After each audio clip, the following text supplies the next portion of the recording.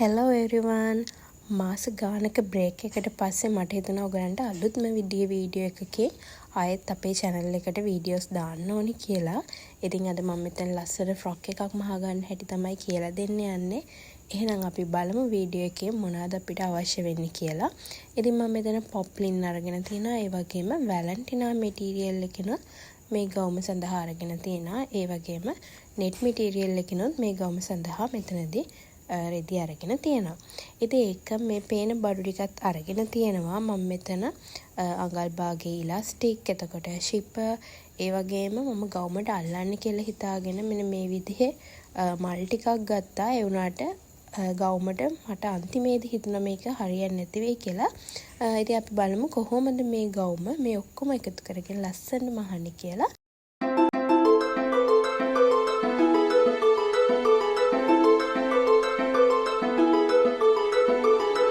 දැන් අපි මුලින්ම මෙන්න මේ විදිහට පොප්ලින් මැටීරියල් එක අරගෙන උඩින්ම ඇදිවත් වෙන රේඛාවක් ඇඳ ගන්නවා මේ අපේ හැට්ට කොටස සඳහා. ඊට පස්සේ මේ විදිහට අඟල් භාගයක් මැහුම් වාසි සඳහා තියලා නැවතත් රේඛාවක් ඇඳ ගන්නවා.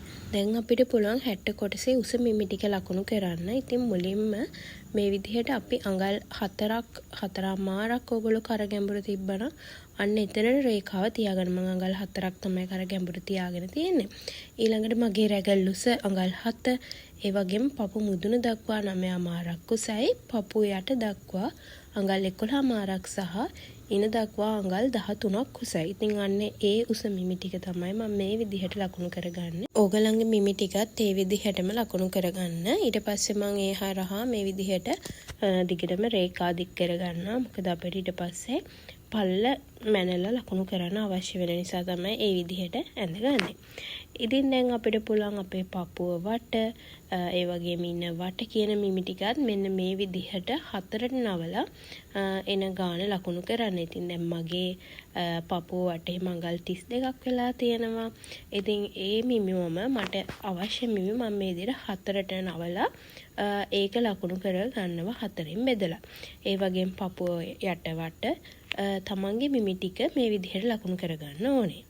ඔය විදිහට ලකුණු කරගෙන මම දැන් ඉනට මේ විදිහට ඉන සම්බන්ධ වෙන්න අඟල් භාගයක් මැහුම් වාසි තියෙනවා. උස ලකුණු කරද්දිම ඒකත් ලකුණු කරගන්න ඕගොල්ලෝ. මේ විදිහට තමයි ඒ කොටස එකතු කරන්නේ.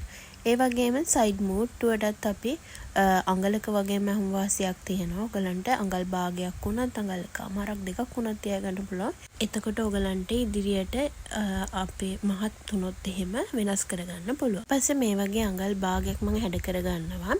දැන් අපේ කරපළල මැන ගන්න ඕනේ. මගේ කරපළල අඟල් 9ක් තියෙනවා. ඒක දෙකට බෙදලා එන 4.5ට මම තව අඟල් භාගයක් එකතු කරලා මෙන්න මේ විදිහට 5ක් විදිහට ලකුණු කරගෙන රැගල් උස දක්වා මෙන්න මේ විදිහට රුලතේ රේඛාවක් ඇඳගෙන ඒ රේඛාව දෙකට මැදින් බෙදලා එන ප්‍රමාණය, ඒ කියන්නේ එන මැද්දෙන් අඟල් කාලක් විතර හාරවල තමයි මේ විදිහට අත්කට ඇඳගන්නේ.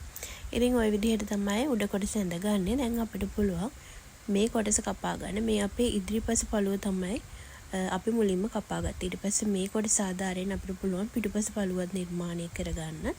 දැන් මම මේ කොටස කපාගෙන නැවතත් පොප්ලින් කොටස් දෙකක් අරගෙන මෙන්න මේ විදිහට අපේ නැම්ම පැත්තේට වැඩිපුර ප්‍රමාණයක් තියෙනවා. මොකද පිටුපස පළුවට ඕපන් එකක් තියෙනවා. ෂිප් එකක් අල්ලන්න තමයි මම අදහස් කරගෙන ඉන්නේ. ඉතින් ඒකට අපිට අඟලක් අඟල් කමාරක් හෝ අඟල් භාගයක් තමන් කැමති පරිදි දීලා මෙන්න මේ විදිහට අපේ පිටුපස පළුවත් හදා ගන්න පුළුවන්. දැන් අපිට පුළුවන් මේ කපාගත්ත මේ කොටස ආධාරයෙන් අපේ වැලන්ටිනා රෙද්දේ සහ මෙන්න මේ විදිහට net රෙද්දෙත් ඒ කොටස් ඒ විදිහටම කපා ගන්න ඉදිරිපස සහ පිටුපස. මේ අපේ අත කොටස. ඉතින් අත කොටස රෙදි කොටසක් කරගෙන මේ විදිහට හතරට නවලා මම උඩින් මැදිවත් වෙන රේඛාවක් ඇඳ ගන්නවා. ඊළඟට ඒ රේඛාවෙන් ඉඳන් අඟලක් මේ විදිහට පහළට ලකුණු කරනවා. මොකද ඉලාස්ටික් එකක් සම්බන්ධ වෙන නිසා. ඉතින් ඒ ලකුණු කරපු තැන ඉඳන් තමයි අපේ බ්ලොක් එකේ මෙන්න මේ විදිහට අත්කට තියන්න ඕනේ. හැබැයි අඟල් භාගයේ උඩට යන්න තමයි තියන්න ඕනේ. ඉතින් මෙන්න මේ විදිහට මම අපේ රෙදි කොටසේ සම්පූර්ණ පළල, කියන්නේ 60 කොටස 60 පළල රෙද්ද හතරට නවල තමයි මේ ප්‍රමාණය අරගෙන තියෙන්නේ. ඊළඟට ඔයාලට අවශ්‍ය උස මට අඟල් 22ක් විතර අවශ්‍ය වෙනවා මම වාසිත් එක්ක උඩට අඟලත් එක්ක. මේ විදිහට උස කොටස අරගෙන මම අත කොටසත් කපා ගන්නවා. ඉතින් මේ වෙනදා වගේම තමයි අපේ අත කොටසත් මම අද කපා ගන්නෙ. අත් කොටස් දෙක ඒ විදිහට කපාගෙන අපි අතේ අගට වෙනම බෑන්ඩ් එකක් සම්බන්ධ කරනවා. වැලන්ටිනා ෆැබ්‍රික් එක තමයි මේකට පාවිච්චි කරන්නේ. මම මේ විදිහට කොටස් දෙකක් කපා ගන්නවා. අඟල් 6ක් දිගට, ඒ වගේම අඟල් 10ක් විතර පල්ලට ගන්න. ඔයගලන්ගේ අත වට වගේ ප්‍රමාණයට තවත් අඟලක් එකතු කරලා පල්ල ගන්න මහම් වාසිත් එක්ක. ඒකම අද මම සාය කොටස කපන හැටි ඔයගලන්ට කියලා දෙන්නේ නැහැ. මොකද සාමාන්‍ය ෆ්ලෑට් සායක් තමයි කපාගන්නේ. ඉතින් අපේ පරණ වීඩියෝස් බලලා ඔයගලන්ට ඒ විදිහට සාය කොටස කපා ගන්න හැටි පැහැදිලිව ගොඩාක් වීඩියෝස් දාලා තියෙනවා. ඒකත් බලන්න කියලා මතක් කරනවා. දැන් අපි බලමු කොහොමද මේක මහගන්නේ කියලා. මම මෙතනදී මෙන්න මේ විදිහට වැලන්ටිනා ෆැබ්‍රික් එක මේ විදිහට තියලා ඒකේ හොඳ පිටට අපේ නෙට් කොටස තියලා වටටම මහගෙන තියනවා. මොකද එතකොට නෙට් එක එහෙම යන්නේ නැහැ.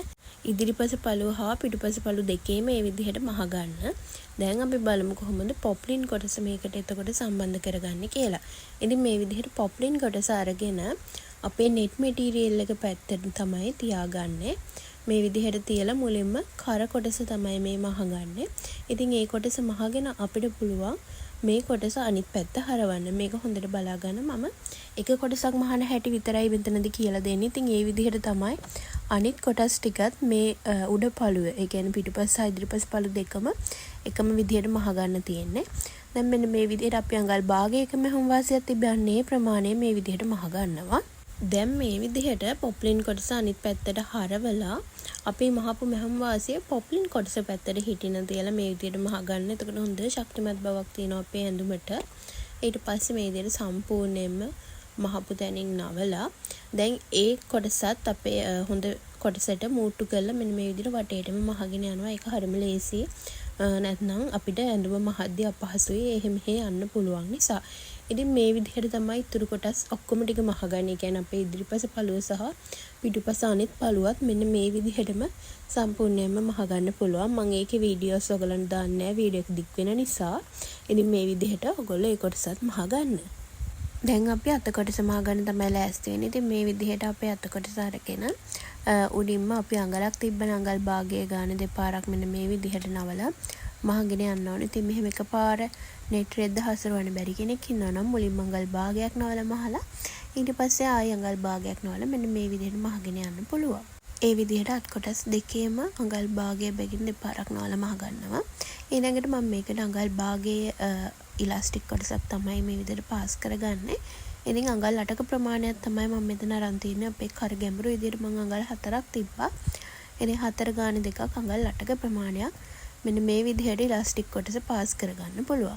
ඉතින් ඔය ආකාරයට අත් දෙකම සකස් කරගන්න ඕනේ. මෙතන මම මේ එක අතක් හදාගන්න විදිහ තමයි ඔයගලන්ට පෙන්වන්නේ. දැන් මේ විදිහට අතේ බෑන්ඩ් එක නිර්මාණය කරගන්න තමයි යන්නේ. අපේ රෙදි කොටස අරගෙන මුලින්ම දෙකට නවා ගන්නවා. ඒ කොටස දෙකට නවාගෙන හොඳ පිට තමයි මේ උඩ අතට තියෙන්නේ. මෙන්න මේ විදිහට උඩින් මහගෙන යනවා අඟල් කාලක් විතර තියලා. ඉතින් මේ දෙක එකට මූට්ටු කරගන්න තමයි මේ විදිහට කරේ.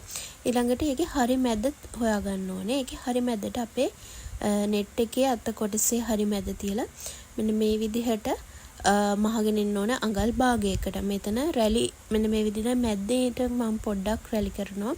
මොකද ලොකු ප්‍රමාණයක් අතට මම රැලි තිබ්බේ නැහැ. අඟල් දෙකක් වගේ තමයි එක පැත්තකට රැලි හිටින්නේ. ඉතින් මේ අඟල් දෙක මෙන්න මේ විදිහට මම රැලි කරගන්නවා.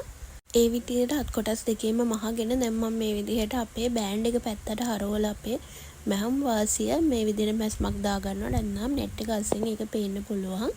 ඒක නිසා තමයි එහෙම කරන්නේ. දැන් අපි අපේ 60 කොටසට අපේ අත් කොටස් දෙක මූට්ටු කරගන්න තමයි ලෑස්ති වෙන්නේ. ඉතින් මේ විදිහට 60 කොටසේ හොඳ පිටට අපේ අත කොටසේ හොඳ පිට තියලා අඟල් භාගයේ මහම් වාසියට තමයි මේ විදිහට මහගෙන යන්නේ.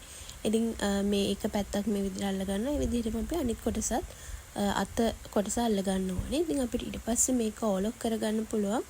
මේ පාටම නූල් දාපු ඕලොක් මැෂින් එකකින්. එතකොට තමයි ලස්සනට තියෙන්නේ. ඉතින් මම මෙතනදී අද එඳුම ඕලොක් කරගන්න යන්නේ නැහැ. මම මේක හදිස්සියෙම අහන නිසා. මේ විදිහට තමයි අනිත් අත කොටසත් මම අපේ ඇඳුමට අල්ලගන්න. එතකොට අපේ උඩ කොටස සම්පූර්ණයෙන් මූට්ටු කරන්නේ අවසන් අපිට සයිඩ් මූට්ටු විතරයි දැන් ඉතුරු වෙලා තියෙන්නේ. දැන් මේ විදිහට ඇඳුමේ හොඳ පිට තියලා අපි කන පිටින් අපේ සයිඩ් මූට්ටුව කරගන්නවා. ඉතින් අඟලක වගේ ප්‍රමාණයක සයිඩ් මූට්ටුවක් කරගන්න. මොකද අපි මෙහම් වාසේ අඟලක් තිබ්බ නිසා මේ ඇඳුමේ. මේ විදිහට අද සාය කොටස අල්ලන්න කලින්ම අපි සයිඩ් මූට්ටුව කරගන්නවා. ඉතින් ඕගලන්ටත් පුළුවන් අපේ වීඩියෝස් බැලුවොත් ඕගලන්ගේ විශේෂ දවස් වලට ලස්සනට මේ විදිහට තමන්ගේ අතින්ම ඇඳුම් නිර්මාණය කරගන්න. ඉතින් ඕගලන්ට මොන හරි ගැටලුවක් තියෙනවා නම් අපේ බිනෝස් ක්‍රියේෂන් group එක තියෙනවා Facebook එකේ. ඒකේ උනත් පෝස්ට් එකක් විදිහට හෝ මැසේජ් එකක් විදිහට දාන්න පුළුවන්. ඕගලන්ගේ ගැටලුව निराකරණය කරගන්නත් පුළුවන්. ඉතින් මම හිතනවා කාලෙකට පස්සේ දාපු මේ වීඩියෝ එකට ඔයගොල්ලෝ ගොඩාක් කැමති වෙයි කියලා. ඉතින් මේ විදිහට දැන් ඒ කොටස මම මහගෙන ඉවරයි. ඊට පස්සේ ඔයගලන්ට මේක ඕලොක් කරගන්න උනත් පුළුවන්. දැන් මම සාය කොටස තමයි මේ විදිහට මහගන්නේ. ඉතින් වැලන්ටිනා සාය කොටස මුලින්ම යටට තියලා ඒකේ හොඳ පිටට මේ විදිහට නෙට් කොටස තියලා මේ ඉන තමයි මූට්ටු කරගන්නේ. කොටස් දෙකම එකට තියලා එක පිට එක තියලා ඉන මූට්ටු කරගන්න. ඊට පස්සේ අපිට පුළුවන් මේක අපේ උඩ කොටසට සම්බන්ධ කරගන්න. ඉතින් මුලින්ම මේ විදිහට සම්බන්ධ කරගෙන ඊළඟට අපේ හැට්ට කොටස අරගෙන අපි මේක සම්බන්ධ කරගන්නවා. මේ විදිහට හැට්ට කොටසේ හොඳ පිටට සාය කොටසේ හොඳ පිට තියලා අඟල් භාගයේ මැහුම් වාසියට තමයි මෙතනදිත් අපි දිගටම මේක මහගෙන යන්නේ. මොකද අපි අඟල් භාගයක් මැහුම් වාසි තිබ්බ නිසා. ඉතින් මේ කොටසත් අපිට මහල ඉවරලා ඕලොක් කරගන්න පුළුවන්. ෂූට් එකට කලින් දවසේ තමයි මම මේ ඇඳුම මැහුවේ. ඉතින් ඒක නිසා මට ගොඩාක් පැහැදිලි කර වීඩියෝස් ගන්න හම්බුනේ නැහැ. ඔයගලන්ට මොන හරි ගැටලුවක් තියෙනවා නම් අනිවාර්යෙන් කමෙන්ට් එකක් දාගෙන යන්න. මම අනිවාර්යෙන් ඒ හැම එකකටම රිප්ලයි කරන්නම්. ඔන්න දැන් අපි ලෑස්ති වෙන්නේ ගවුමේ ෂිපර් කොටස අල්ලන්න. ඉතින් මෙන්න මේ විදිහට ඉන්විසිබල් ෂිප් එකක් තමයි මම මෙතන පාවිච්චි කරන්නේ. මේ විදිහට ෂිප් එක අරගෙන ෂිප් එකේ හොඳ පිට ඇඳුමේ හොඳ පිට අඟලකනේ මැහුම් වාසිය තිබ්බේ. ඒ ප්‍රමාණය එතන ඔයගොල්ලෝ ලකුණු කරගන්න. ඔයගලන්ට අඟලේ ප්‍රමාණය හරියට තියන්න බැරි කෙනෙක් නම් ඉතින් මෙන්න මේ විදිහට එක පැත්තක් මම මුලින්ම මහගෙන යනවා. දැන් අපි ඉන ළඟින් මූට්ටු කරලානේ තියෙන්නේ. මේ විදිහට කිසිම ප්‍රශ්නයක් නැතුව අපි වෙනදා මහන විදිහටම ෂිප් එක මහගෙන යන්න ඕනේ. සාය කොටසෙත් රෙදි පටි කොටස් දෙකම මූට්ටු වෙන විදිහට. ඒ කියන්නේ අපේ නෙට් එක සහ වැලන්ටිනා ෆැබ්‍රික් එක මූට්ටු වෙන විදිහට තමයි මේ විදිහට මහගෙන යන්න ඕනේ. අනිත් පළුවත් ඉතින් ඒ විදිහටම තමයි අපිට මහගන්න තියෙන්නේ වෙනදා වගේම. ඒකෙත් අඟලක මැහුම් වාසියක් තිබ්බ. ඒ ප්‍රමාණය මේ විදිහට සම්පූර්ණයෙන්ම ෂිප් එක ඉවර වෙන තැනට වෙනකම් මහගෙන යනවා. ඊට පස්සේ තමයි අපිට ෂිප් එක ඉවර වුණාට පස්සේ තමයි අද අපි සාය කොටස ටිකක් අලුත් විදිහකට මූට්ටු කරන්නේ.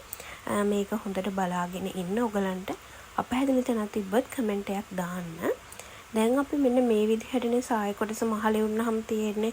වෙනදට අපි මෙන්න මෙතන ඉඳන් දිගටම මහගෙන යනවා. ඒ වුණාට අද එහෙම එකපාර මහන්න බෑ. මොකද අපේ නෙට් මැටීරියල් එක සහ වැලන්ටිනා මැටීරියල් එක කියලා දෙකක් අපි අද මෙතන මූට්ටු කරලා තියෙන නිසා. ඔයගොල්ලෝ හොඳට මේ වීඩියෝ එක බලාගත්තොත් එහෙම ඔයගලන්ට මේක මහන්න හරිම ලේසියි. ඉතින් වචනෙන් පැහැදිලි කරන්නට වඩා වීඩියෝ එක බලන්න. මෙන්න මේ විදිහට තමයි මම මුලින්ම නෙට් මැටීරියල් දෙක එකට තියලා තමයි මූට්ටු කරගන්නේ. ඉතින් මෙතනදී වැලන්ටිනා ෆැබ්‍රික් එක ගාව ගන්න එපා. ඒක ඇතුළට කරලා ඉවරලා ඔයගොල්ලෝ මේ විදිහට මුලින්ම නෙට් මැටීරියල් එක මහගෙන යන්න ඕනේ. අපේ වාටිය දක්වාම. ඉතින් අඟලේ මැහුම් වාසියට සම්පූර්ණයෙන් මේ විදිහට දිගටම මහගෙන යන්න. ඊට පස්සේ මේ විදිහට අපේ වැලන්ටිනා ෆැබ්‍රික් එක මහගන්න තමයි යන්නේ. ඒකත් මෙන්න මේ විදිහට ෂිප් එක නතර කරපු තැන ඉඳන් මහන්න ඕනේ. හැබැයි අපි මහපු නෙට් මැටීරියල් එක මේ විදිහට ඇතුළට කරන්න අනිවාර්යයෙන්ම. මොකද ඒක මූට්ටු උනත් කැතට පේන්න පුළුවන්. එතන ඒක ඇතුළට කරලා පොයින්ට් එකක් විතර චුට්ටක් පහතින් තමයි අපිට මහන්න වෙන්නේ. නැත්නම් අපේ නෙට් මැටීරියල් එක මේකට මූට්ටු වෙන නිසා. ඉතින් මේ විදිහට මේකත් අඟල මැහුම් වාසියට යට වාටිය දක්වාම සම්පූර්ණයෙන් මහගන්න. ඉතින් මෙහෙම මැහුවාම අපේ සාය කොටසේ පිටිපස්ස පළුව ලස්සනට තියෙනවා. නැත්නම් දෙකම එකට තියලා මැහුවත් හරීම කැතට තමයි පේන්නේ. ඉතින් දැන් අපේ ගවුමේ සියලුම වැඩ කොටස් ඉවරයි. ඊට පස්සේ අපිට තියෙන වාටිය මහගන්න. ඉතින් ඒකත් ඔයගොල්ලෝ මහගන්න. මම ඒ කොටසත් මේකට එකතු කරන්නේ නැහැ. ඉතින් මං හිතනවා ඔයගලන්ට අනිත් වීඩියෝස් වගේ මේ වීඩියෝ එකනොත් ඔයගලන්ට ගොඩාක් වටින දේවල් ඉගෙන ගන්න හම්බුණා කියලා.